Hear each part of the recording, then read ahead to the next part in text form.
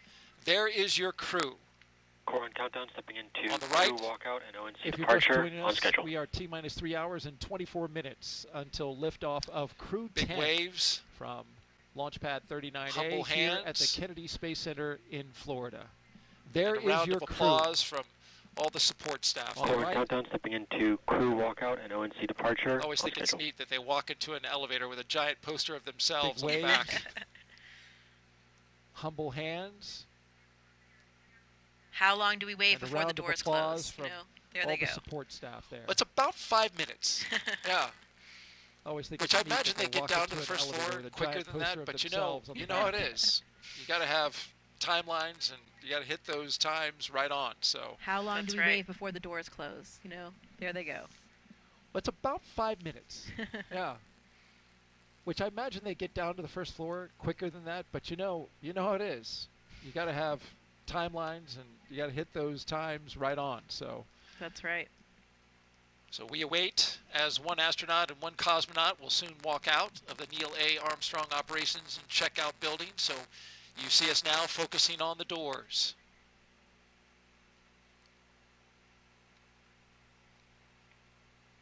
So we await as one astronaut and one cosmonaut will soon walk out of the Neil A. Armstrong Two astronauts, Operations one and Checkout cosmonaut, Building. So and a you see us JAXA now focusing on the astronaut. doors.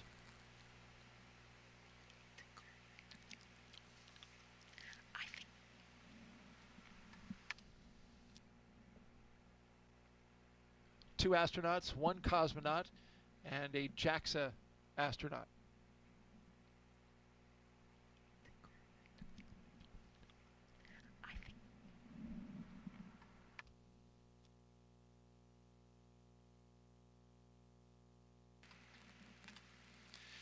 One thing I thought was interesting, talking about Takuya Onishi, I thought it was really interesting, he said this in the press conference, that after his first space flight, he trained to become a flight controller because he wanted to see the entire operation from the other side. So for years, I thought it was really he did ground interesting, he said this operations, in the press conference, that talking to the crews after his up at the first International spaceflight, Space Station, he giving them trained to direction. become a flight controller. Because And now here he wanted is. He's going to see go up the there entire operation and from the be other side. So the for person years, that runs the whole ISS. he did Yeah, ground he'll be the station operations, commander, and I'm glad that you brought up talking that to the role that crews he up had at as the a flight director. International That's Space not Station, something that we traditionally giving them do as direction. astronauts, but it was something that he really wanted to do, and it's And now really here he is, interesting. he's going You to know, go up there it will make him and such be a better the- astronaut in space the because person that runs the he whole has that ISS. ground Yeah, perspective. he'll be the station which commander, if you and I'm haven't glad worked that in you the brought control up that room, it's role sometimes that he difficult had to as a flight understand, director. you know, That's why not the ground something is that we deciding traditionally certain do things, as why they're astronauts, but it was asking something you that for he certain really wanted things, to and do. having that And it's perspective really really interesting, helps you know, us it work will more- make him work more such closely and a work more better efficiently astronaut in together space as a because team. he was has actually that working ground as a flight director perspective, up until his which if very you last haven't worked in training the trip to control room, Japan. is So sometimes pretty difficult to recently, he was understand, still you know, why the doing that ground even is while he deciding was in certain training. things, why So they're really asking cool you for story certain there. things, and having that perspective really helps us work confidence is more soaring. closely and work more efficiently together as a team. I think just he was in that actually last working shot, as we a flight saw director up until Haley his very Esparza last and training Katie trip to O'Neill Japan. come So out. pretty They are recently, he was really still our prime doing that points of even while he was in contact for training. all So astronaut really operations cool with story there. SpaceX. And here they come. Imagine his Crew 10 confidence is taking their soaring. first steps outside as they prepare for their journey to the I think International just in Space that last Station. shot, we saw Haley Esparza Commander Anne and Katie O'Neill McClain doing come some out. dabbing. They are Pilot really our Nichole prime Ayers, points of JAXA contact astronaut for and all mission astronaut specialist operations in Takuya SpaceX. Onishi, And here they come. Roscosmos cosmonaut Crew and 10 mission taking their specialist first Kirill steps outside Peskov. as they prepare for their journey to the International Space Did you Station. like that dab? Commander Anne Absolutely. I'm McClain not doing sure of some the story dabbing. on that one. Pilot Nichole Ayers, JAXA astronaut and mission specialist Takuya Onishi, and Roscosmos cosmonaut and mission specialist Kirill Peskov. Did you like that dab? Absolutely. I'm not sure of the story on that one.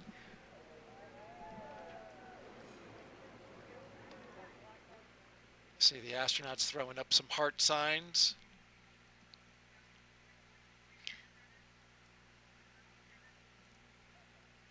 And there we are looking from close to the doors out to the rest of the caravan. Kirill Peskov. See the astronauts throwing up some heart signs. Looks like he's having some lighthearted conversation. Anne McClain.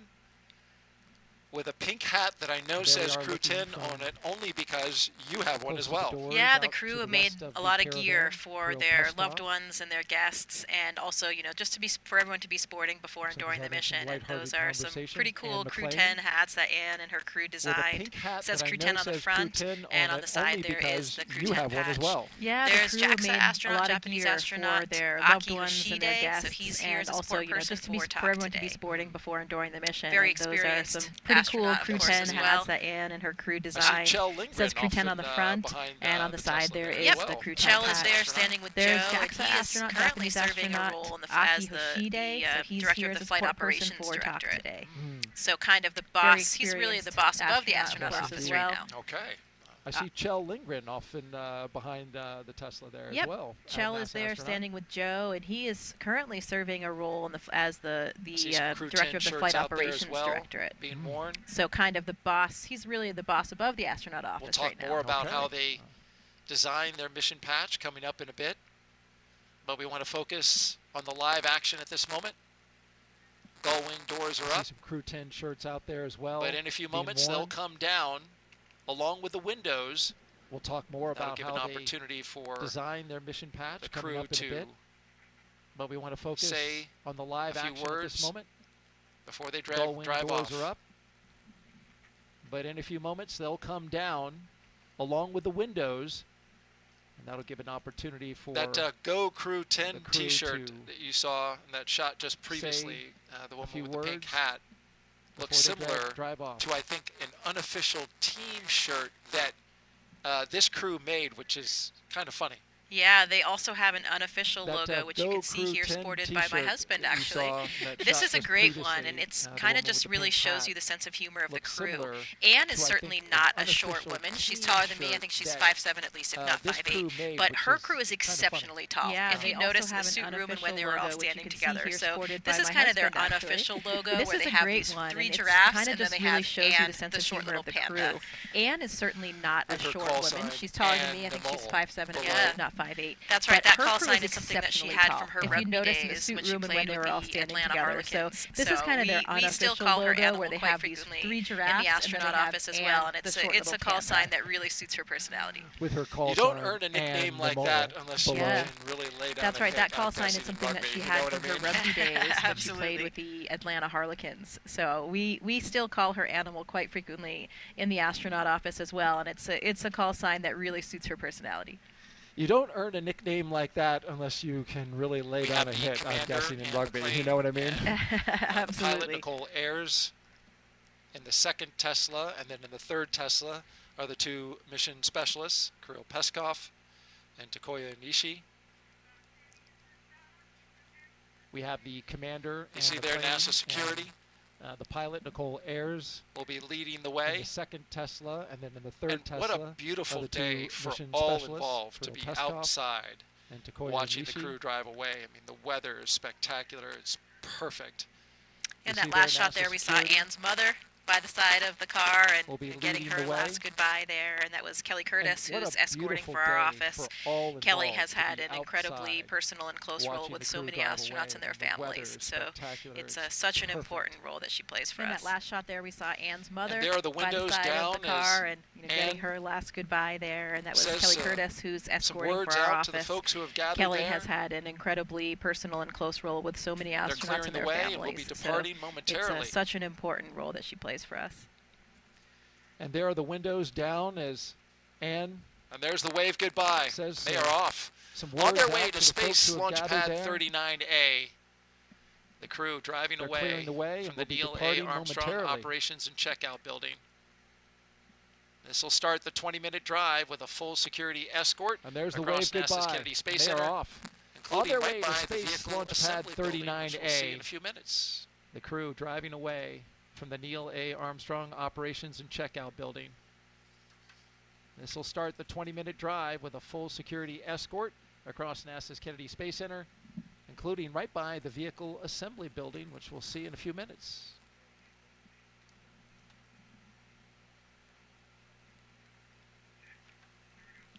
As we watch the crew make their way to their launch pad and waiting rocket and spacecraft, let's hear from the crew, and we begin with Commander Anne McClain.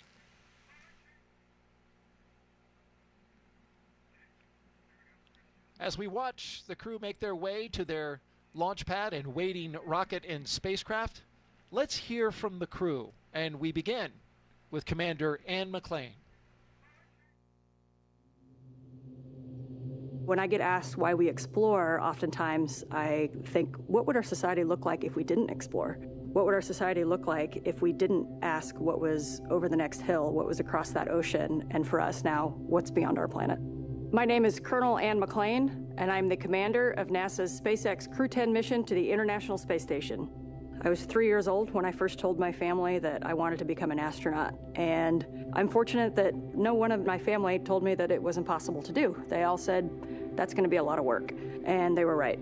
But they were ready to support me every step of the way. They reminded me of my dreams if I started to get discouraged, because it is a long and challenging road. One thing I knew about becoming an astronaut is that not a lot of people get to do it. It was important to me to choose a career that I was going to love and be fulfilled in, regardless of my selection to becoming an astronaut. So I chose to serve my country as a helicopter pilot and an officer in the United States Army.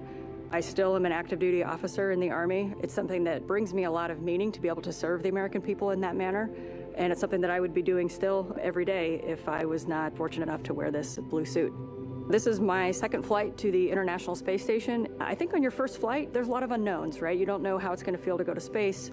You're very focused on making sure that you know your stuff.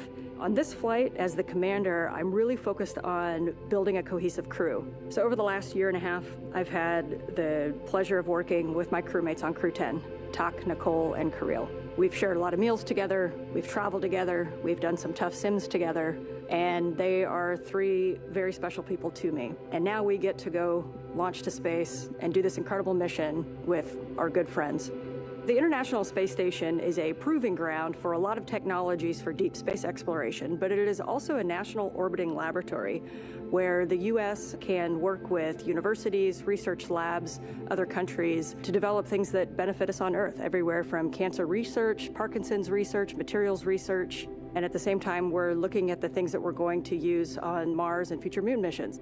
In my career at NASA, and especially on my first space flight, there were certain moments that I had, like when I came out of the hatch on my first spacewalk, where I realized we are operating at the edge of what humans are capable of. And that is such a special moment. I think it's that intersection of the magical and the technical, where I can look across the amazing beauty of the Earth, but I can see also this amazing creation, the International Space Station. And it doesn't belong to me or to NASA anymore, that it belongs to every single human on Earth. It's our platform to figure out how we got here, or where we're going in the future, and the context in which we live.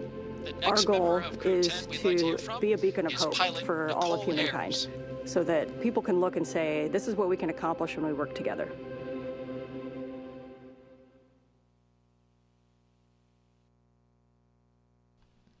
The next member of Crew 10 we'd like to hear from is pilot Nichole Ayers.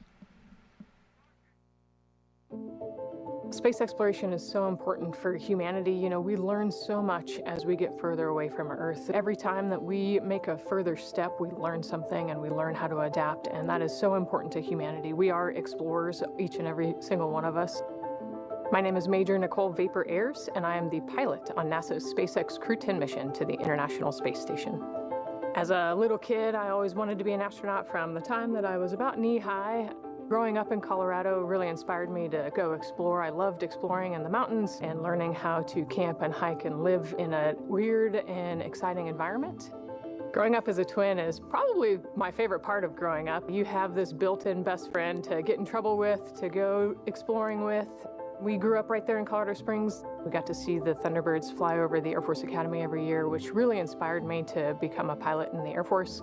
I always had an affinity for the sky and for space. Being next to the Air Force Academy kind of was the natural path for me. So I was a very serious little kid who set my goals really high and worked really hard and never got bumped off that path.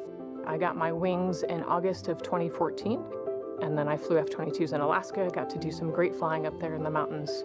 I had a no-notice 6.5-month deployment. From there is when I moved down to Houston to start my job as a NASA astronaut. Crew 10 is a group of pilots who are going to space together to execute science and maintenance.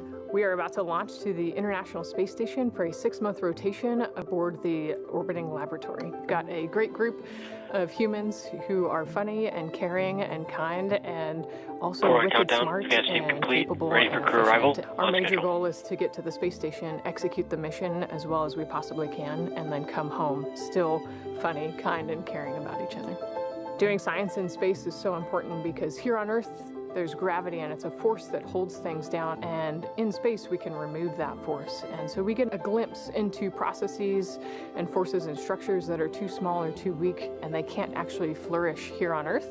Long duration spaceflight is so important for human research to figure out how humans adapt and what happens to your body in microgravity. We get to learn how hardware and plants react in space, and we get to put them in this environment that's pretty harsh. You know, we're outside of the atmosphere, and now we don't have the protection of the atmosphere. What happens to those things, and how do we fix them, and how do we better prepare our people, our hardware, our food, our water systems for that deep space exploration? Throughout all of our training, it's been apparent to me that there is a massive humanity that gets us to space. It takes a village to get us there. The International Space Station wouldn't be where it is today without the international cooperation. The vehicle assembly building, an iconic building here at the Kennedy Space Center in Florida. There they go, right by it. From Crew 10, we just want to say thank you. This is where NASA is stacking its Space Launch System rocket and Orion spacecraft. And we are enjoying learning about this crew that is passing the vehicle assembly building, an iconic building here at the Kennedy Space Center in Florida. There they go, right by it. NASA's Artemis campaign to establish a long-term presence on the lunar surface for science and the future exploration of Mars. Doing that for Artemis Not much more iconic in the way of buildings around here than the VAB. It really is true. It will be the first crewed mission of NASA's Artemis campaign to establish a long-term presence on the lunar surface left-hand part of the for screen, science and the outer future screen, you see exploration of they're Mars. building the mobile launch tower number 2 Not in much the upper more iconic left. in the way of buildings around here This than is the VAB. inside the really VAB, is true. and taking care of very the recently twin reached a major boosters. milestone. Just finished stacking them, both 177 feet tall. They will provide most of the 8.8 billion pounds of thrust needed to launch 4 astronauts this on a 10-day lunar inside journey. the VAB, where Since November, crews have used a massive massive crane to lift twin and assemble, boosters. Just finished assemble stacking 10 them, both booster segments, 177 each feet packed tall. with avionics and They will motors provide that will most of the safely 8.8 million detach pounds of after thrust needed now, to with the launch 4 boosters astronauts complete, on the a focus 10-day lunar shifts to journey. integrating the Since SLS November, core crews stage, have which used a massive just crane to saw. lift and assemble, Do that in the coming weeks. assembled 10 booster segments, each packed with avionics and motors that will safely while we're on the detach topic, after launch. Artemis 2 will Now carry with the boosters, NASA complete, the astronauts Reed focus Wiseman, shifts Victor to Glover, integrating the and Christina SLS Cook, core stage, along which with you Canadian just astronaut saw. Jeremy Hansen We'll do that on a in mission the around coming the moon. weeks. Here's Jeremy now with an update about a recent training mission for him and his fellow And while we're on Artemis the 2 topic, crewmates. Artemis 2 will carry NASA astronauts Reed Wiseman, Victor Glover, and Christina Cook, along with Canadian astronaut Jeremy Hansen, on a mission around the moon. Here's Jeremy now with an update about a recent training mission for him and his fellow Artemis 2 crewmates.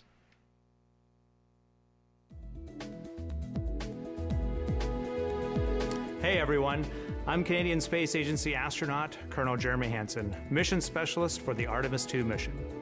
I'm here at the Johnson Space Center here in Houston, Texas, where we normally do most of our training. But every once in a while, we like to change it up a bit. Reed, Victor, Christine, and I recently spent several days in Iceland trading in our spacesuits for hiking gear to study its geology and surroundings. Why Iceland? Well, as you can see, it has a similar landscape and terrain to the moon with various volcanic rocks like basalts and breccias and has limited to no vegetation. The Nordic island has been a lunar training site for NASA astronauts since the days of the Apollo missions. My crewmates and I teamed up with scientists and geology experts to explore the huge boulders, formations, and volcanic craters across the lava fields. During our journey, we stopped at various spots to discuss what we observed. Some of the really fine material is compacting into what's like the glue holding this together. And even tested different types of tools to collect rock samples. Although we won't be landing on the moon during our mission, this field work and navigation practice will allow us to make informed observations when passing the lunar surface and pave the way for future Artemis crew training. And that's your Artemis moon map. There you are looking out. For more Artemis updates, scan the QR code on your screen or visit NASA.gov/Artemis-Roman numeral 2 or NASA 2 Causeway capital I's. out to launch pad 39A. There you are looking out. We're doing a little work, a little construction there on the side of the road, but a vehicle not in the to worry. caravan I have with to the stop helicopter when I get to that there part following of the that. pad and wait for the oncoming traffic, and then we get to go. But when you have a security escort, NASA you just cruise right on through. Out to launch pad 39A. We're doing a little work, a little construction there on the side of the road. Flight team up in the helicopter I today. have to stop when I get to that beautiful part images of the pad and wait for the oncoming traffic, and then we get to go. Stellar but when you have day security here in escort, Florida, you just as cruise you can right see on there, through. Flying right alongside the caravan as Crew 10 and many thanks makes their to way our to the flight gate up in the helicopter that enters today, Launch getting Complex some 39A. Images, the security, as you can see, overhead pulls off to on the side, and the crew here continues in Florida. on. As you can see there, flying right alongside the caravan as Crew 10 I always love this shot makes their way to the where gate they drive past that the enters hangar Launch Complex and 39A. go up the gradual the security, as you can grade see, pulls off to see the their side, rocket in the and front the crew of the continues windshield. on. That's pretty cool. Yeah, it's always pretty dramatic when you're coming up to the launch pad for I always anything love that's this up shot there or any event that's going where on. they You know, to drive think past about the what's hangar happening there and what has and go happened up the there. gradual It's really humbling. grade to see their rocket in the Crew front 10, of the windshield. your ride awaits. That's pretty cool. Yeah, it's always pretty dramatic when you're coming up to the launch it's a pad bit of a for process. anything that's up there or any event that's going on. As You know, the to think vehicles about what's will happening there and park what has on happened the there. pad. It's really humbling. The crew Crew 10, will get out. your ride go awaits. up the elevators in the launch tower to the left, and it's a bit of a process. and then they'll have to climb some stairs to as get the to the vehicles final will park top level, on the where pad. they'll go across the crew access arm and into their spacecraft. The crew will get out. They'll go up the elevators. We've the got launch tower two to mission the left, specialists to talk about still. and then they'll have to climb. Let's hear from stairs to JAXA get to the astronaut final Takuya Onishi, top level, one of they'll Crew go across 10's the crew mission access arm specialists. and into their spacecraft. We've got two mission specialists to talk about still. Let's hear from JAXA astronaut Takuya Onishi, one of Crew 10's mission specialists. When people are born, they naturally want to explore their environment. That's how we expand our world, and that's how we find something new, advance our technology and civilization. My name is Takuya Onishi, and I am a mission specialist for NASA's SpaceX Crew 10 mission to the International Space Station. I was born in Tokyo, in Japan, and I grew up mostly in the west part of Japan. My family moved our locations so often, so that experience actually helped me to get used to a new environment quickly and comfortably. I have always been interested in space since my childhood, but I never thought I would actually become an astronaut. I chose to become a pilot. I think I was very lucky because the experiences as a pilot of a commercial airplane really helped me to go through astronaut selection process. Space is hard, very challenging, sometimes unpredictable, and there is no 100% guarantee of success. And that's why I think cooperation is the key to success. Each country, each crew member, each agency, each company brings its own expertise and its strength in order to be able to cooperate as a team. And I hope our Crew 10 mission becomes one of the best models of that cooperation. We've been training together more than a year. I believe we can be very successful in our goals and build a closer friendship among all of us. And of course, most importantly, have a lot of fun together. While we are on board the ISS, we are going to perform a lot of scientific experiments, including some medical experiments to better understand our bodies and for future space exploration. Our ultimate goal is to go to Mars, but it's not an easy journey, and when we face a new challenge, we must solve it step by step, continue pushing the boundary of possibility. makes us gain new skills and also enhance our experiences. What I like about the International Station Program is each country brings its own strengths. It's the other like mission specialist is patchwork quilt. Each cosmonaut country is just one Kirill patch. Peskov. Putting Let's hear all from the him patches together creates one beautiful quilt that is ISS. The other mission specialist is Roscosmos cosmonaut Kirill Peskov. Let's hear from him now.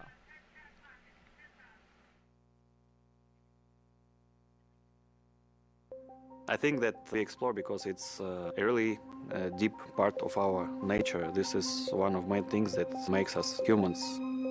My name is Kirill Peskov. I am a mission specialist for NASA's SpaceX return mission to the International Space Station. I grew up in a Siberian town called Nazarovo. It's in the middle of Russia, in the middle of Siberia. I decided to be a pilot. Actually, this was my dream during my childhood. And after becoming a pilot, I realized that it's not a limit and we can go higher and further. So I started to work towards becoming a cosmonaut, and now I'm standing here. Our crew is great. I love the fact about our crew that all four of us are pilots. I think that it helps us to understand each other really well, sometimes even without saying a word. Every day we learn something new about each other. The training itself, this is the thing which brings us closer. We do science in space because it's an environment that cannot be created on the ground, and it helps us to develop all kinds of materials, medicines. It helps us to push our knowledge forward. I think doing research is not only on station, but everywhere is somewhere deep inside in human nature. And this hunger for exploration, this is one of the main things which drives us forward and helps us to survive as a species. I think it's hard to overestimate the value of international cooperation in space exploration because it takes much time and effort represented by how much money spent to space exploration.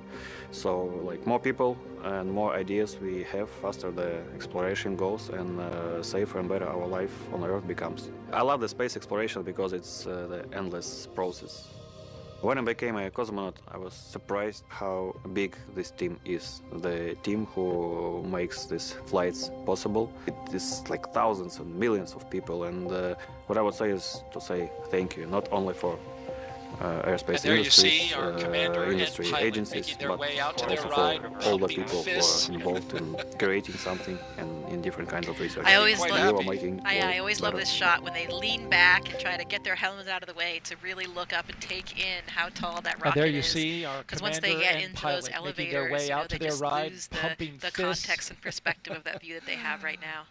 And there they are together. I always love this shot when they lean back and try to get their helmets out of the way to really look up and take in how tall that rocket is.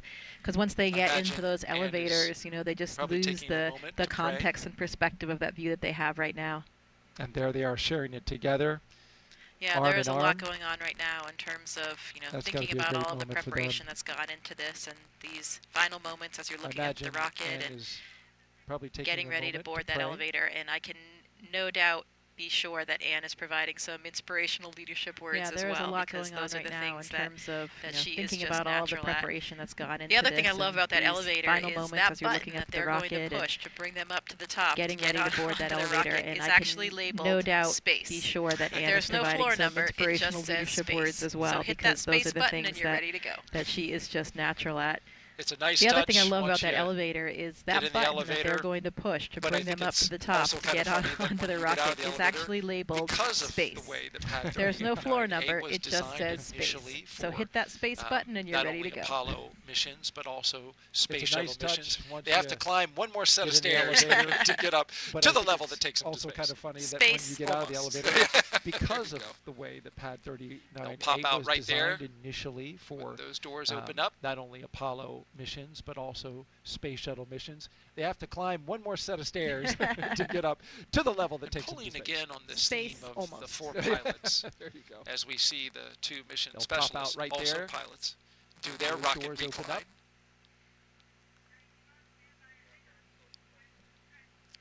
I was struck by what Anne McClain said in a press conference when of the four she pilots. said, as we pilots see the 2 mission specialists as she ascends the stairs their along rocket with Nichole Ayers that we were just talking about. They like to do the pre-flight check, right? Check out the aircraft, look at all the compartments, check the logbooks, maintenance books. But they rely on a very large team to do that when you go to space, because as pilots, they can't do that in this situation.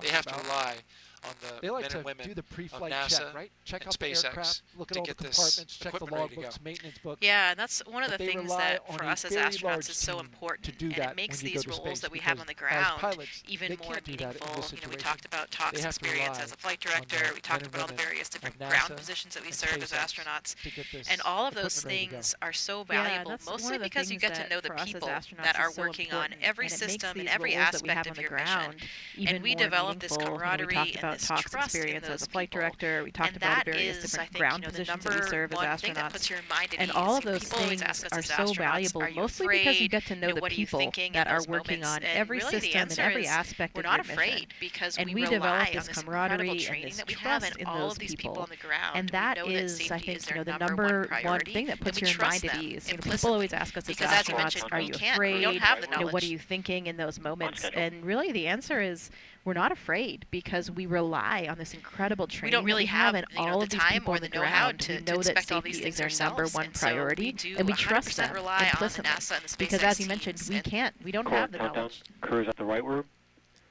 And we see some of those team members, the more visible ones there on your screen. We don't really have, you know, the time or the know-how to inspect all these things ourselves, and so we do 100% rely on the NASA and the SpaceX teams. Nichole Ayers getting into the white room right on time. We see some of those team members, the more visible ones and there on your screen, mission as specialists, mission specialists come out of the elevators Takuya and make Onishi their way up the stairs. Kirill We Peskov just saw will Commander make their way Anne up McClain and pilot Nichole Ayers to the top of getting the launch into tower. the white room And as you right were on talking, time. I was reminded that you have an interesting story And about a couple mission of the astronauts regarding being up this high. Onishi and Kirill Peskov I do. You know, maybe we don't need to mention up any names, but there are actually astronauts in to our the office top that of have the launch tower. quite a strong And fear as of you were heights. talking, I was reminded May or may not that, be you have a 75% of this crew actually right now. Something again that they really share in common and find strength in together. I do. You know, maybe we don't need to mention any names, but spacecraft, there are actually astronauts in our office that have quite a strong fear of heights. May or may not be 75% of this crew actually right now. Yeah, it's interesting because they are all pilots, so they're certainly well and accustomed to strength it for together. sure. And I think that's one of the things that our training does for us. It allows us to just be operators and overcome any of those pre-existing fears. They won't have to worry about feeling that. Okay, Anne and Nichole are getting ready to ingress. Yeah, it's interesting because they are all the pilots, spacecraft. so they're certainly well accustomed to There it. goes Anne. Sure. And I think that's one of the things that our training does for us. It allows us to just be operators and overcome any of those Making sure not fears. to bump the door, which has a very important seal around it that keeps their environment on the inside and space on the outside. Yeah, absolutely. Even just one small hair, you know, can see that's why everybody is so carefully, everything's contained with their hair, their face, and everything, and not just for the quarantine, but also just that white clean room, white room environment to make sure that nothing gets in the way that could break that seal. Yeah, absolutely. Even just one small hair, you know, can see that's why everybody so carefully, everything's contained with their hair, their face, and everything, and not just for the quarantine, but also just that white clean room, white room environment to make sure that nothing gets in the way that could break that seal. Here come Kirill. Into the white room they go, where they will sign that NASA meatball that you see on the side. Yeah, there it is, another one of the traditions. While we're in this moment, we want to take a social question now. If you have a question, please jump on to our social platforms. Use the hashtag AskNASA. Send us a question. Yeah, there Jessica it is, will be another one of doing the the answering. She's the expert. While we're in this moment, we have our first take question now. If you have a JBO 9000 asks, how do astronauts deal Use with the stress or hashtag anxiety AskNASA. prior, Send us a during, question. and possibly Jessica will be doing post-launch? the answering. She's well, that's the a expert. pertinent question. I think it really goes to what we were just talking about. Now. Because we have this incredible training and this network of personnel that we rely on, we don't really feel that kind of fear or stress so much because we have that's so a pertinent much question. of these, I think it really goes to what we were just talking about because we have and I think this that helps incredible training and this network of personnel that we rely on. We don't really feel that kind of fear or stress so much because we have so much of these, this real like muscle memory just kind of baked in there. And I think that helps you operate above any latent stress or anxiety. I mean, of course we're humans. Of course we have all the same emotions as everybody else. But when you have that really extensive training and this trust in the hardware and trust in the ground teams, it allows you to be an effective operator and operate beyond that. You know, I was actually talking about this with Anne's mother just today. For us, the launch process is really not that stressful. It's really much harder, much more difficult for the loved ones and the families on the ground because they don't have that same level of training. They don't know exactly what to expect the whole way. They don't necessarily have that trust in the hardware like we do. So they're the ones that I think this day is so stressful for, not necessarily us as astronauts. Yeah, and it was certainly like that for me on my launch. You know, people always ask like what you felt like, and we had been through that entire sequence so many times in the really high fidelity simulators that we trained in Russia that I almost had to remind myself that the end of the day was going to be different. You know, I was actually not going to go home to the cottage for dinner. I would be in space at the end, only after we had been through that entire sequence so many times in the really high fidelity simulators that we trained in Russia that I almost had to remind myself that the end of the day was going to be different. You know, I was actually not going to go home to the cottage for dinner. I would be in space at the end, you know, only after about 8 minutes. And then you hear things, you feel the rocket move a little bit, you hear a groan from the fuel system, and those are the things that are like, wait a minute, this is a little bit different. At the International Space Station. Yeah, that's a tough one to pick just one because this vantage point that we have this is one directly so to you, Jessica, about your experience. And special.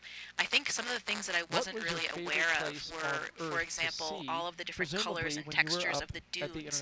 So if you look in Africa or in the Middle East especially, all these different colors and textures and crazy unique and intricate shapes I think some that of the I was really aware not of that were, prepared for. You know, it's, all if you of the zoom in with a 400 millimeter lens, it's like a so modern art. It's like you're Africa, going to a modern art museum and capturing all these different colors and textures. It is a really it's really just a jaw-dropping. That I really also liked seeing all the currents, the way the water swirls. If you zoom in with a 400 millimeter lens, it's like a modern art. It's like you're going to a modern art museum and capturing all these images. Yeah, around. I had been diving in the Great Barrier Reef a few years before my mission. It's really so it was just really jaw-dropping. Cool I really also liked seeing all the currents, the way the water swirls, especially in the coastal regions, the different color swaths that you see, the glaciers, coral reefs. Yeah, around. I had been diving in the Great Barrier Reef a few years before my mission, so it was really cool to see the reefs off of Australia. The Patagonia ice fields, another favorite spot of mine, where these like glacial tongues kind of come down. You see these high altitude turquoise lakes. The latitude, given it reminds the you how beautiful the planet is, and there are so many places that I know now that I need to explore that weren't even necessarily on my list before my mission. And you saw Antarctica, a place where you did a lot of research. Yeah, given the latitude, given the inclination of the space station, we don't get an incredible view of the Antarctic, unfortunately. I wish that we did, but you can see the Southern Ocean and a little bit in the distance.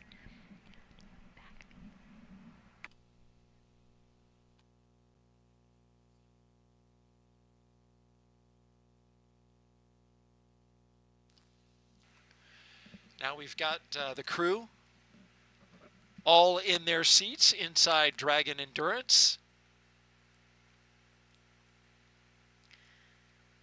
Yeah, they're clipping into those 5-point harnesses, making sure that everything is secure. And you can see they're getting some help from the SpaceX team just to make sure that everything is lined up correctly. Inside Dragon Endurance. They're going to be comfortable. Endurance. They're going to be safe in that environment as they're waiting for launch. Yeah, they're clipping into those 5-point harnesses, making sure that everything is secure. And you can see they're getting some help from the SpaceX team just to make sure that everything is lined up correctly. They're going to be comfortable. They're going to be safe in that environment as they're waiting for launch. It's still there. It's softer.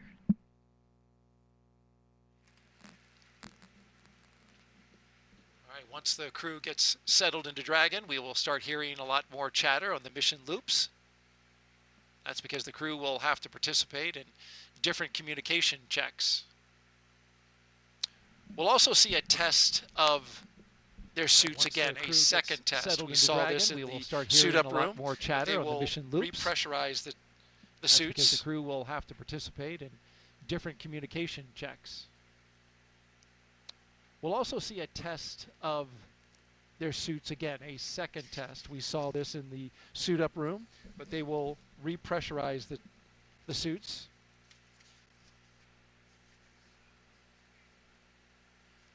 From left to right, we have Kirill Peskov, mission specialist.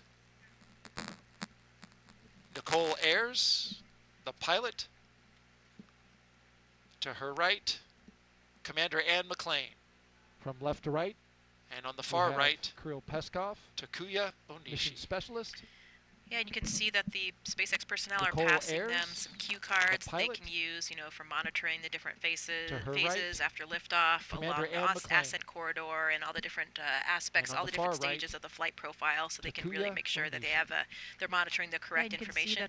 Obviously, they've been through this in many simulations before, but always good to have those reminders about what you're looking for when. After liftoff, along the ascent corridor, and all the different aspects, all the different stages of the flight profile, so they can really make sure that they have heads there, they're so monitoring we can't the actually correct see the information themselves, Obviously, they've been through this in many simulations before, but always good to have those reminders about what you're looking for when.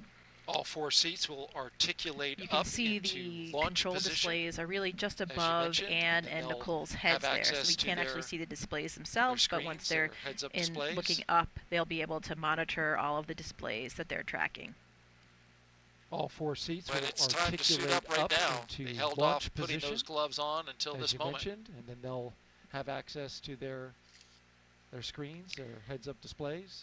Yeah, making those final preparations. You can see they have a footrest there as well, and so the bottom of the boot actually has a little divot in it, so there's a little mechanism that they can slide their heel onto to help keep their heels in place as well, keep their feet in place. Kind of like making those final preparations. Yeah, a little bit like that. They have a footrest there as well, and so the bottom of the boot actually has lots a little of zippers, divot in it, so there's a little mechanism that they can slide their heel onto to help keep their heels in place as well, keep their feet pressure in any like a possible emergency when we a little bit like that. Of course, that's the reason why we wear these pressure suits. If for any reason you had a depressurization of the vehicle, then that suit would be able to maintain pressure to keep you alive, delivering all of the necessary life function. So they're getting oxygen through that suit. They have their communication lines. Of course, that's the reason why we wear these pressure suits.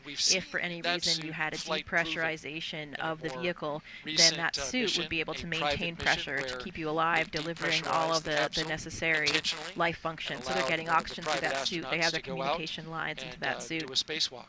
Yes. In fact, and we've seen he is now that NASA administrator. Flight proving. Yeah, that's right. There were two other crew members in the Polaris Dawn mission that did that spacewalk. That was the first private spacewalk, and it was a slightly different version of this suit. It's not exactly the same suit. So they did actually develop a new suit, new version, so that we had a suit that was capable Yeah, that's right. There were two other crew members in the Polaris Dawn mission that did that spacewalk. That was the first private spacewalk, and it was a slightly different version of the suit. It's not exactly the same suit. So they did actually develop a new suit, new version, so that we had a suit that was capable of doing a spacewalk. You know, in space vehicles, we wear these launch and entry suits, and that's mostly a pressurization suit, as we mentioned, for maintaining the pressure if you had a vehicle depressurization. Not necessarily the same thing that you would use to do an entire spacewalk, because you need different levels of protection and different functions. Seated in their capsule Endurance. And on the left, the small box, you can see our flight team here at the Kennedy Space Center, orbiting the pad views here on the right with what has been a spectacular day so far. It will continue to be just beautiful on the left, outside. The small box, you can see temperature our in the 70s. Flight team winds here are calm. At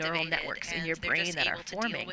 And you see the experienced flyers, they come in and they're a little bit more graceful from the beginning. And I think that's just biology. You know, those neural networks in their brain are already formed. And even if it's been 5, 10, 15 years since they've been in space, they're suddenly reactivated and they're just able to deal with it from the beginning. So I was wondering, I asked Anne to pay attention to that. You know, your memory of those early moments will probably be more clear than it was the first time, just because it's not as new and not perhaps quite as overwhelming. To really enjoy the in-between moments more, really savor it, because as you just mentioned, when you first go up, and the biology behind it, you know, it all races by. She said she wants to be intentional about taking these moments to really savor being up in space. Never know if you're going to be able to go up again. Yeah, that's incredible advice, and something I think about a lot as well. I remember having that conversation with my commander, Luca Parmitano, and it was his second flight, and I remember him telling me that there were so many things from his first flight that he didn't really remember because, again, your brain is so overwhelmed. Incredible advice. You're something thinking, I please think don't about mess a lot up, as well. I remember having that conversation with my commander, Luca Parmitano, and it was his second flight, and I remember him telling me that there were so many things from his first flight that he didn't really remember because, again, your brain is so overwhelmed. You're so, you're thinking, please don't mess up, please don't make a mistake, and you're thinking about the next thing or the intensity of what it is that you're about to do, and so you're kind of forgetting to just enjoy that moment and appreciate that moment. And in doing so, he thought that really affected the way that he remembered the mission because, if your brain is just spending so much time thinking about those other things, you're not really fully comprehending and appreciating the moment that you're in, and so the memory is not really seared in there in a way that you might want to remember that. So that's definitely some advice that I'll be taking when I go back to space, because now, you just need to really, as they say, stop and smell the roses, make those moments, because those are the things you want to remember. And the space flight, when you're up there, I was up there for almost 7 months. It seems like a long time, but relative to the amount of time I've been here on Earth, it was very, very short. And now, I've been back for 5 years, and it feels almost like it was a dream. It's hard to believe that it actually happened because it's just so different and extraordinary compared to everything else you've done your whole life. You are watching live launch coverage of Crew 10, NASA and SpaceX's 10th operational mission to the International Space Station. I really enjoy you talking about this. We are T-minus 2 hours and 34 minutes until liftoff. If you are just joining us, you are watching live Crew woke launch up, coverage. Had their medical checks. checks. Crew 10. NASA got and their SpaceX's breakfast in, 10th operational mission meal. to the International Space Station. They were transported we are T-minus 2 out hours to the and launch 34 pad after minutes suiting until up liftoff. at astronaut crew quarters. They ascended the launch the crew tower. Woke up, had their medical and checks, into their spacecraft, and now you see them there live. The view on the right, the Crew 10 astronauts, cosmonaut, out to the launch pad, and the JAXA astronaut. Up at and on the left, you see the closeout crew doing their work, getting ready to close the hatch. And now you see them on the there live. The view on the right, spacecraft. The Crew 10 This is a very careful process, and the JAXA astronaut. And on the left, because you see the closeout crew doing their work, getting ready to close the hatch. Even as small as a human hair, Endurance if it gets in that hatch, this is a very careful process. So the crew is methodical as they go through their steps to make sure that seal is in pristine condition. Amount of debris. Yeah, luckily we will do that pressure check one more time, and we'll do that pressure check of the capsule itself as well, so we'll know, before we lift off, we'll know that we'll make sure that we verify we have that integrity. And that has actually delayed launches a little bit in the past, where we have found something in the seal, and they've had to find it and still been able to move on and we'll do that pressure check of the capsule itself as well, so we'll know, we talk about what the crew's been doing. We'll know that we'll make sure that we verify we have that integrity. That has actually delayed launches a little bit in the past, where we have found something in the seal and they've had to find it and still been able to move on and lift off as planned. Pretty well rested. We talk about what the crew's really been long doing. Day. The crew actually, their official wake-up time was at noon today, so they've been kind of adjusted to this depending on what time our launch is, depending on how long their phasing will be to get to the space station. Because of course we want to make sure that we can arrive and be pretty well rested. I get up for early. a really long day. Early, the crew actually, their official wake-up time was at noon today, so they've been kind of adjusted to this sleeping in, staying up late schedule, which is perfect for people like Anne and myself who paid for that. So banker's hours here for them. I love it. I get up early. I enjoy getting up early, but this is a perfect mission timeline for folks like yourself. And that is right after sunset. It is fantastic. It will be twilight out. Have a beautiful view. And when the spacecraft and the rocket get up distance and altitude, the light really plays with the exhaust from the rocket. PM Some Eastern people call it time, the jellyfish effect. and that is right after sunset. Tremendous visual twilight out. The rocket going into space, and it sometimes creates light patterns that are distance and altitude. are unforgettable. Light really plays. Yeah, it was about the same time of day when I took off on my mission, and everybody described it as being such an incredibly gorgeous time, spectacular really to be there viewing it, given that changing light as you were mentioning for Twilight. So this should be quite a show here for everybody that's gathered in Florida it was about today the to see same it. time of day when I took off on my mission, and as we look at the crew inside their spacecraft Endurance, a question, really another question coming to us on social. Light as you were mentioning. Report when ready. Jack So Frost this should be quite a show here for everybody that's gathered in Florida today to because see it's not that cold here. Why are they getting in the rocket we look at the crew so inside early their spacecraft Endurance, 2.5 hours? A question. Yeah, so for all space missions, we really kind of have to backtrack the amount of time it takes to do all the things that we require to launch on time. So we want to make sure that we have enough time in the timeline to get the crew safely into their seats, to get them all strapped in, to do all the pressure checks that we talked about, to make sure that their suits have good pressure integrity, good comm checks, to make sure all the systems are functioning normally, to shut the hatch and again do that another pressure test to make sure that we have good pressure integrity for the vehicle. So for this particular vehicle, the way that this timeline has worked out, where the crew gets them in the vehicle about 3 hours before launch. It certainly has a little bit of padding in there too, because sometimes you might have something slightly off nominal, not according to plan. Maybe you have to address an issue with the suit or something like that. But this is a pretty finely honed timeline, and now that we've had several of these missions, it has changed a little bit over time. But certainly has a little bit of padding in there too, because sometimes you might have something slightly off nominal, not according to plan. Maybe you have to address an issue with the suit or something like that. But this is a pretty finely honed timeline, and now that we've had several of these missions, it has changed a little bit over time, but I would say this is probably the maximized timeline in order to shorten the crew day, just for the reasons that we were talking about earlier, to make sure that they're rested for the longest they have ahead, but to make sure that we have enough time to accomplish everything safely and successfully. We are looking for as we zoom out. And on that timeline, this is an area, as you mentioned, where they do have a little extra margin. Oftentimes, if everything goes according to plan, they'll have a little extra time there in the capsule. The upcoming milestones we are looking for as we zoom out from inside the spacecraft and right back in, with a big thumbs up from the crew. To have access to their displays. Those seats will be articulating just above them upwards, and they are doing so now, putting them in launch position. This is also helpful to the astronauts. This will allow the who can't spend forever on your back. It's a comfortable position, I'm sure, but just there above are Dragon SpaceX seats are in the launch position. There are concerns this is also helpful to the astronauts who can't spend forever I know this on your from back. the Artemis comfortable missions position, that you sure, can only spend so much time on your back. So with SpaceX, Dragon seats are in the launch position. And the late load, it's very convenient. It's a very short amount of time that they spend on their back before going up into space. And now we're getting some of those comm checks. I know this from the Artemis missions, that you can only spend so much time on your back. So with SpaceX, see those long giraffe legs with good view right there. And the late load, it's very convenient. It's a very short amount of time. Jessica mentioning something that we saw at the beginning of the launch broadcast. If you want to scroll back and take a look at that.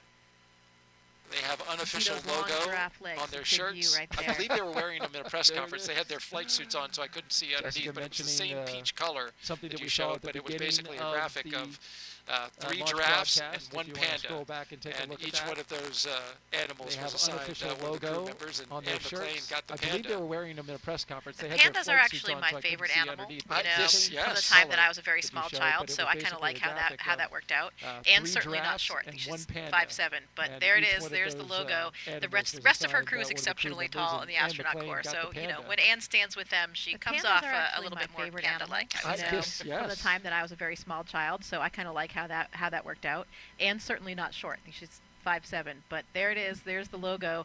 The rest of her crew is exceptionally tall in the astronaut corps, so when Anne stands with them, she comes off a little bit more panda-like, I would say.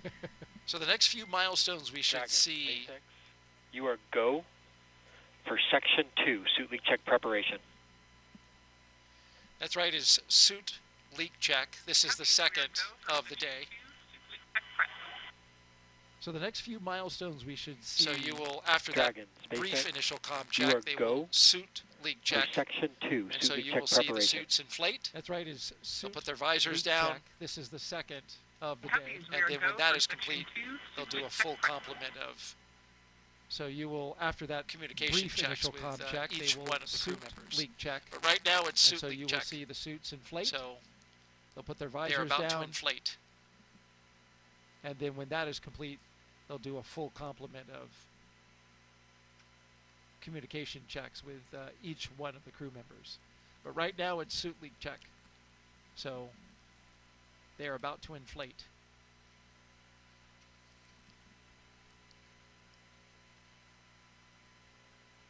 As we await this this next milestone, I want to go back to what you were talking about in the memories of being in space, and how clear are the memories of your spacewalk when you were outside the space station, this next milestone, dangling I want to go back to what looking down at the planet. Did you have a moment where you were able to just and take it all in, to pause? How Yeah, again, as we were talking about earlier, you have to be intentional about stealing a few of those moments for yourselves, especially when it comes to spacewalks. You know, spacewalks are the riskiest thing that we do. They're the most challenging, both mentally and physically. So it really does demand 100% of your focus and concentration. Again, as we were talking about to make earlier, sure you have to be intentional about stealing a few of those moments for yourselves, for the piece of hardware that you're trying to repair or replace or whatever the task is that you're doing, and most importantly, to keep you and your partner safe. So that really demands 100% a very, very of your high focus level and of concentration and to make sure the astronaut that mantra you is always are kind of doing echoing in the your head right of, like, thing don't for the make a piece of mistake, don't make a hardware mistake. that you're trying to So you have to repair or remember, replace or you whatever get very the caught task up in is the that you're task doing, and the minutiae and of what most you're importantly doing. to keep you and your partner safe. So that really demands a very, very high level of concentration. And, you know, the astronaut mantra is always kind of echoing in your head of like, don't make a mistake, don't make a mistake. So you have to remember, you know, you get very caught up in the task and the minutiae of what you're doing. So there were a few moments that I did. I thought, okay, I need to look down, I need to appreciate Go this. for section 3, suit leak check. Please go for section 3, suit leak check.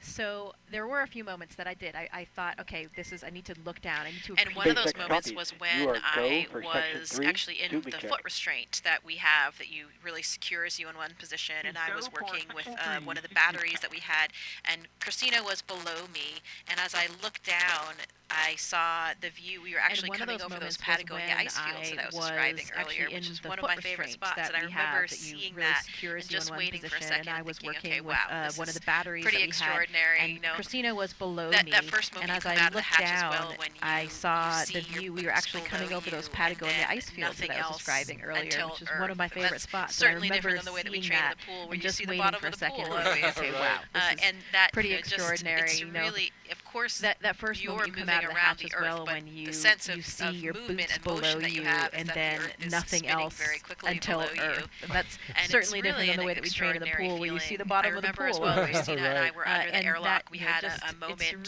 had a pause, and we flew right over San Diego, where I went to graduate school. Of movement and and motion that you have is that to make a shout out to all of my friends and colleagues that live there. But really easy to pick out those coastal cities, because I remember as well, Christina and I were under the airlock. We had a moment, had a pause, and we flew right over San Diego, where I went to graduate school. And so we took a moment there to make a shout out to all of my friends and colleagues that live there. But really easy to pick out those coastal cities, because you have those landmarks when you're looking down at the Earth, and you don't have the benefit of the borders drawn on a map. A lot of times geography can be pretty challenging. So those coastal areas are the easy ones to pick out. Luca Parmitano and Drew Morgan were doing a spacewalk to fix the AMS, the alpha magnetic spectrometer. Depending on what you're doing on a spacewalk, though, there was this one period of time where Luca was just riding really jealous. the end of the Canadarm, the robotic arm on the space station built by the Canadian Space and Agency. Drew Morgan were He was just doing riding it for a very long time. He wasn't holding anything, he was just riding it and really looking off into the solar system. There was this one period of time if you know Luca, he's a talker, Luca was just and riding he started getting quite philosophical as well. The Canadarm, the robotic arm on the space station built by the Canadian Space Agency. I was always very he was just riding it for a very long time. He wasn't holding anything, he was just riding it and really looking off into the solar system and the universe. If you know Luca, he's a talker. You never know. He started getting quite philosophical as well, and talking about what he saw and how he felt. And I was always very envious of that opportunity, because I didn't have one of those natural lengths of downtime where you had really the opportunity to do that. But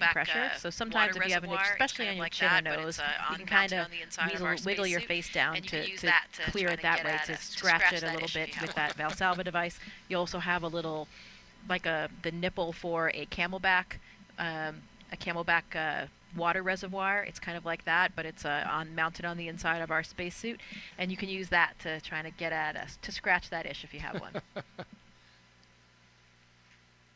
One of the factors that they're looking at on launch day, of course, is the weather, and it couldn't be much better than this. 95% go, winds 12 to 17 miles per hour out of the southeast, temperature 67 degrees expected at launch time. We're in the 70s as we speak, and it is the weather, just been delightful outside.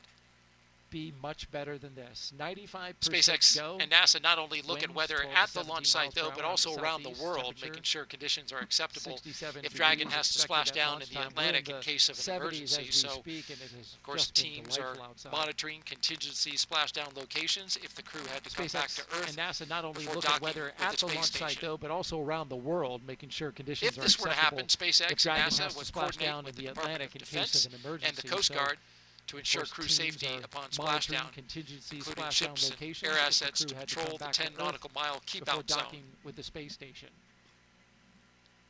If this were to happen, SpaceX and NASA would coordinate with the Department of Defense and the Coast Guard to ensure crew safety upon splashdown, including ships and air assets to patrol the 10 nautical mile The weather brief that they got at the top of the launch broadcast was that conditions along the ascent corridor were good. They did have some winds that were teetering right on the line, but they were expecting them to go down. And how about that? The weather brief that they got at the top. What a beautiful view. A nice sailboat off in the distance, though I'm wondering if that were good. Is they did okay. have some winds that were teetering right on the line, but looks they like were it might be a violation, and I know that, that actually prevented a few or delayed a few shuttle launches in the past, didn't it, right? View. Boats that were in the area that weren't supposed to be there. Distance, though I'm wondering if that I can tell you with a fair amount of certainty that as lovely as a day as it is to be out sailing, that actually prevented they are or not delayed a supposed few to shuttle be launches in in the past, that didn't location. it, right? Boats that were in the area that weren't supposed to be indeed. there. Now, the area is cleared by the range, tell you so with a fair amount of certainty we'll that wait for an as update lovely as from a the day range as it to is find to be out out sailing, what the situation they are not is there. supposed to be in that location. Now, the area is cleared by the range, so we'll wait for an update from the range to find out what the situation is there.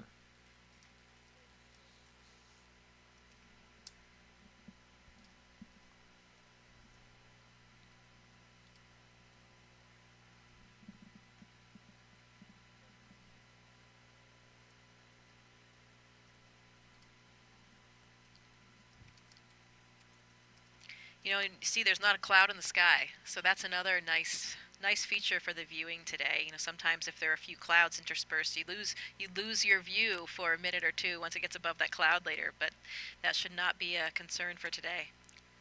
Yeah. You know, you see, there's not a cloud in the sky. The high pressure system that's in the area literally swept out today. You know, sometimes if all there are the a few moisture and storms that we had earlier in the week. For a minute or two we had once a it gets cold above front that cloud pass later. through But that should not be a Tuesday concern for today. Monday rather. Yeah. Checks. The high pressure system that's in the area literally swept out all the Just giving an moisture update that they're about to start an additional set of kinematics tests on the hydraulic system, so you may feel or hear some valves clicking, but this is expected. Checks. Checks for heads up. Just giving an update that they're about to start an additional set of kinematics tests on the hydraulic system, so you may feel or hear some valves SpaceX clicking, informing the crew but this that is they expected. will be hearing some noise as SpaceX cycles hydraulic valves. This is a situation that they are evaluating in this moment. Team is taking final steps and prep for So side SpaceX hatch closure. informing the crew Stand that by they for will be transition. hearing some noise To pad as hatch closed. SpaceX Ensure all items cycles remain secure from now through launch. hydraulic valves. This is a situation that they are evaluating in this moment. Dragon SpaceX closeout team is taking final steps and prep for side hatch closure. Stand by for transition to pad hatch closed.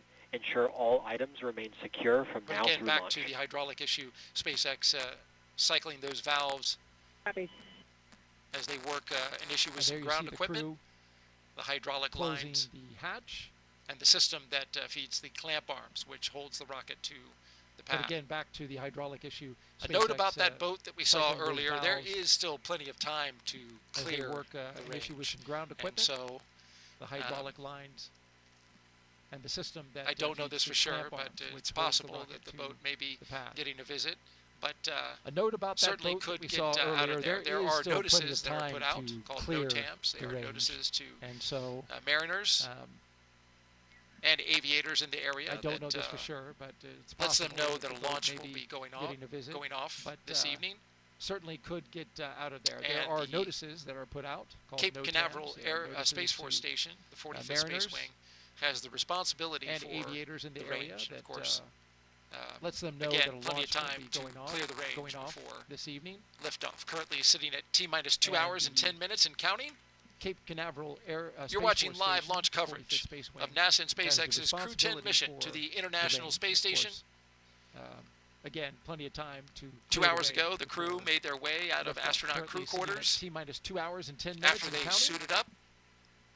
You're watching they got live into launch their coverage rides, of NASA and SpaceX drove out to the launch pad, to the International Space Station, ascended the launch tower. 2 hours ago, across the crew the access made their arm way and out of into astronaut crew quarters. Dragon Endurance capsule that you see there. The Endurance spacecraft currently on its fourth flight. Out to the launch pad.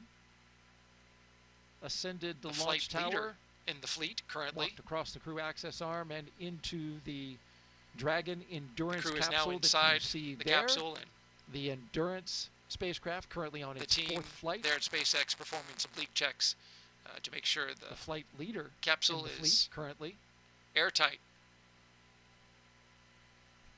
The crew is now inside the capsule, and the team there at SpaceX performing some leak checks to make sure the capsule is airtight.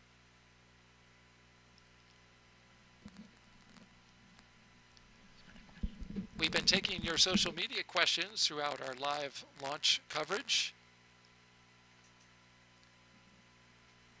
Keep them coming.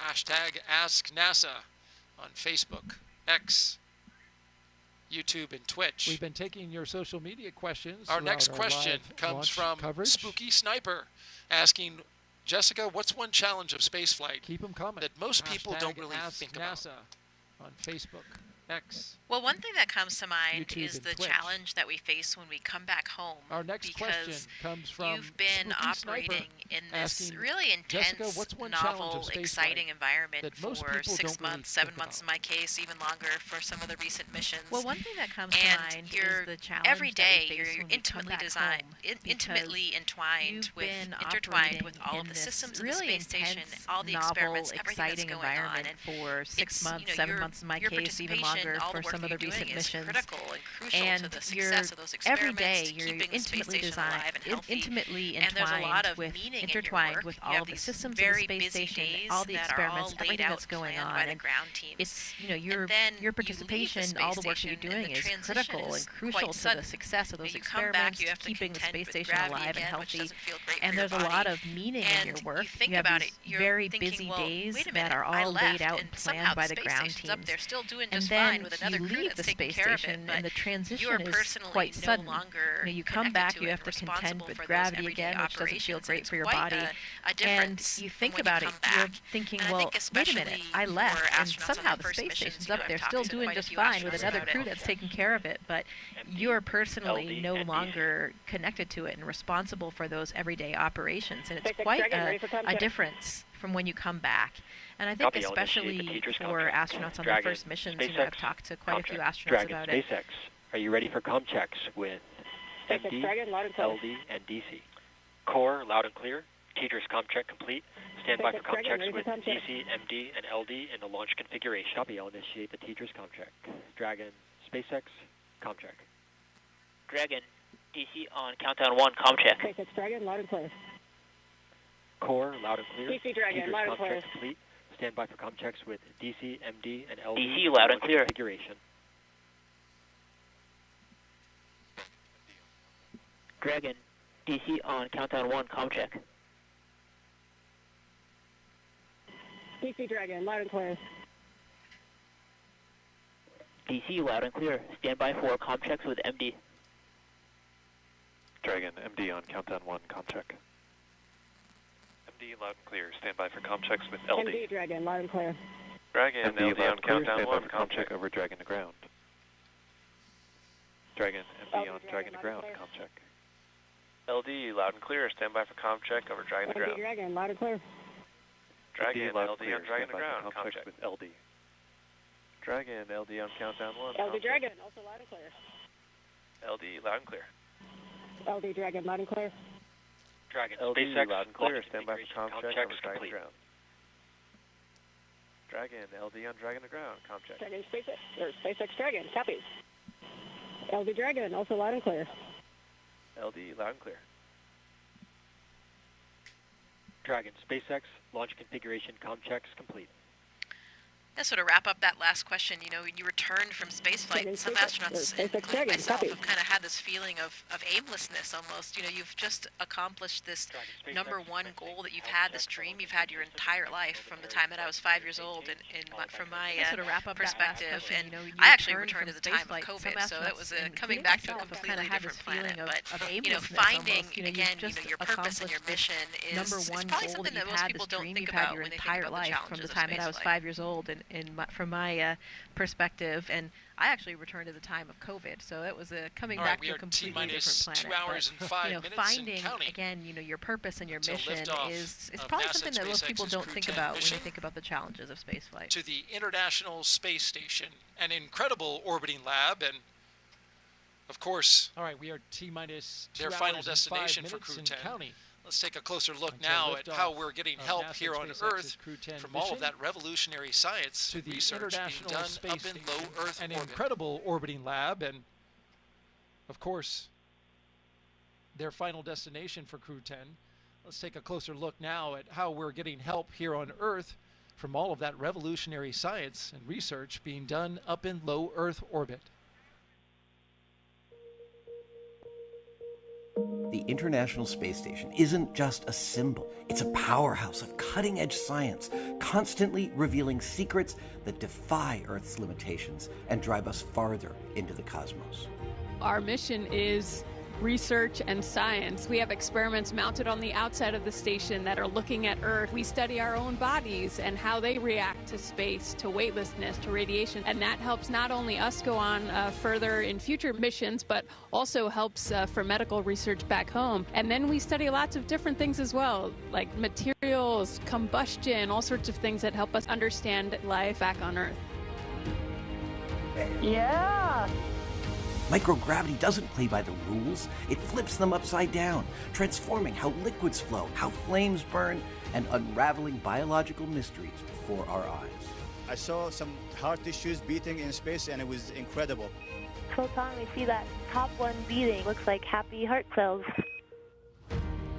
But we're not just along for the ride. We're explorers, diving headfirst into the challenge and harnessing the power of this unparalleled platform, just as we have been for decades.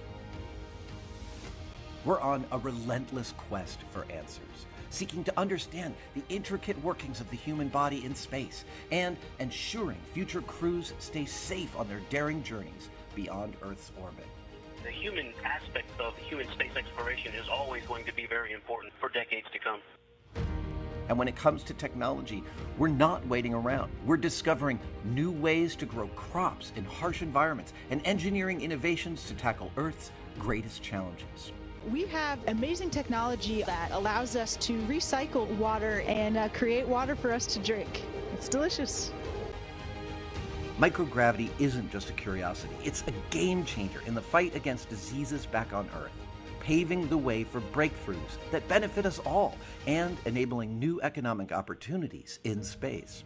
Welcome, Axiom 3, on board the International Space Station. From our vantage point more than 200 miles above Earth, we are not just spectators. We're gaining unprecedented insights into the world we call home, and we're sharing our findings openly. We're not just achieving results today.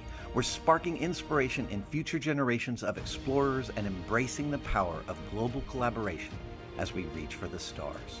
What was your favorite experiment on the International Space Station? Toby, great question. My favorite experiment was the one that I got to eat. It was us growing hatch chili peppers in our plant habitat. Station Huntsville on 2, we have video in Node 1. Look at those chili peppers.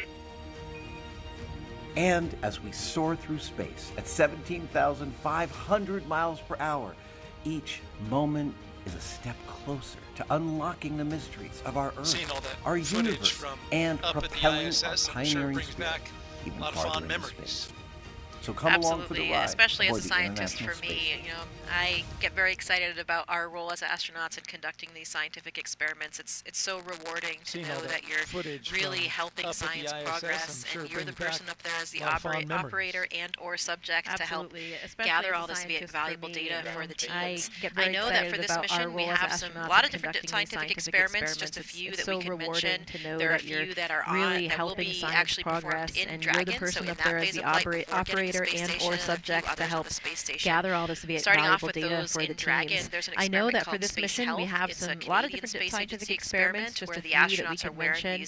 There are a few that are on that will be actually performed in Dragon, so in that phase of flight before getting to space station, and a few others on the space station.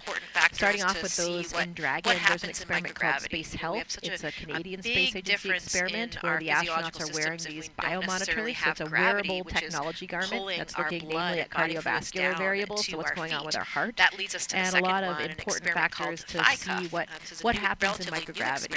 We have the astronauts that are big difference in our physiological systems if we don't necessarily have gravity, which will help pulling our blood and body fluids down to our feet. That leads us to the second one, an experiment called the thigh cuff. This is a relatively new experiment where the astronauts that are participating will be wearing this kind of restrictive band around their thighs, and that it will help reduce the blood flow, so it'll change the way that fluid shift is happening, where once you get in microgravity, all of you have this upward fluid shift, less blood in your legs, more in your upper torso, in your face. You can kind of see that in some of the astronauts, especially in the beginning when they're up there before you have a kind of compensation for that. And these fluid shifts may be part of the reason why we're having problems with our eyes. Many astronauts are coming back with some deficits to their vision, and there's also an experiment called immunity assay, which is a new way to monitor health and function with blood sample in space. So this is looking at a new assay that can be conducted in flight instead of